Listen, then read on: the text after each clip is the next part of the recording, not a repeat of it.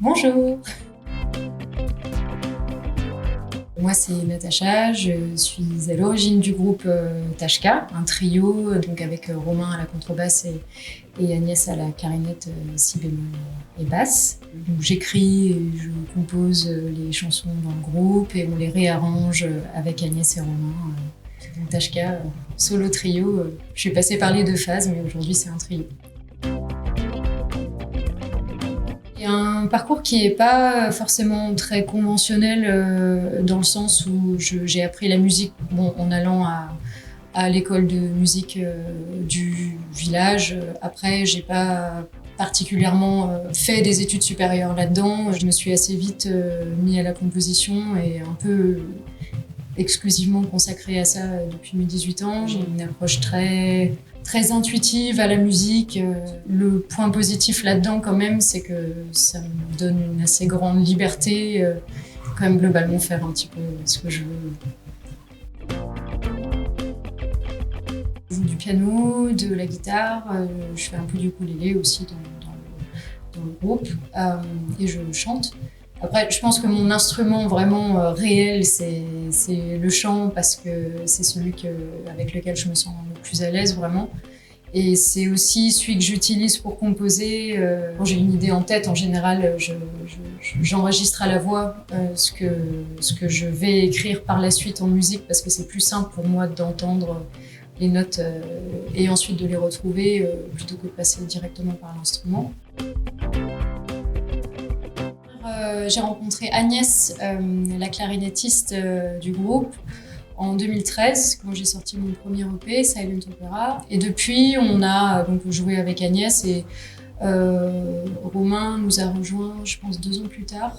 Et où clairement, où moi j'ai une approche plus, on va dire, spontanée. C'est hyper agréable aussi d'avoir des gens en face comme Agnès et Romain qui donnent un peu de cadre. Ça me fait du bien de jouer avec des gens comme eux, ça c'est sûr.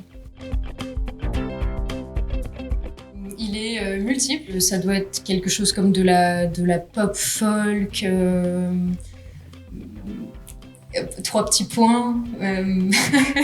J'ai du mal à définir ce que je fais parce que c'est vrai qu'on peut retrouver différents univers au sein du même album, peut-être complètement folk. Il y a d'autres morceaux qui vont être un peu plus expérimentaux. Je pense qu'il faudrait que j'invente une étiquette pour admettre sereinement enfin sans dire je ne sais pas ce que je fais, mais de dire voilà, j'accepte d'avoir une étiquette multiple et le vivre bien. Mais je le vis bien, mais c'est juste que j'ai du mal à le nommer.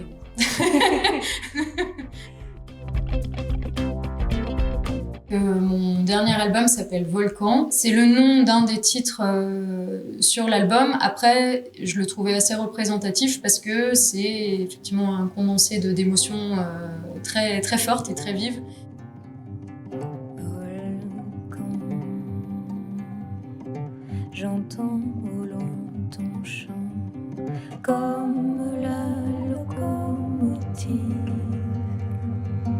hurlant. Et ça peut être autant de la joie, de la célébration, de la tristesse, le deuil aussi, beaucoup de colère, je pense aussi. Et il y a vraiment cette allégorie du volcan qui tremble et qui explose. Et pour le meilleur et pour le pire, cet album, c'est différents moments de vie qui ont inspiré ces morceaux, des mouvements de lutte sociale, que j'ai conscience que des fois peut-être on peut se dire mais c'est de ça dont parle la chanson parce que les textes des fois sont pas très concrets. J'aime vraiment que les gens puissent créer leur propre histoire. C'est important pour moi. Enfin, j'aime pas nommer les choses.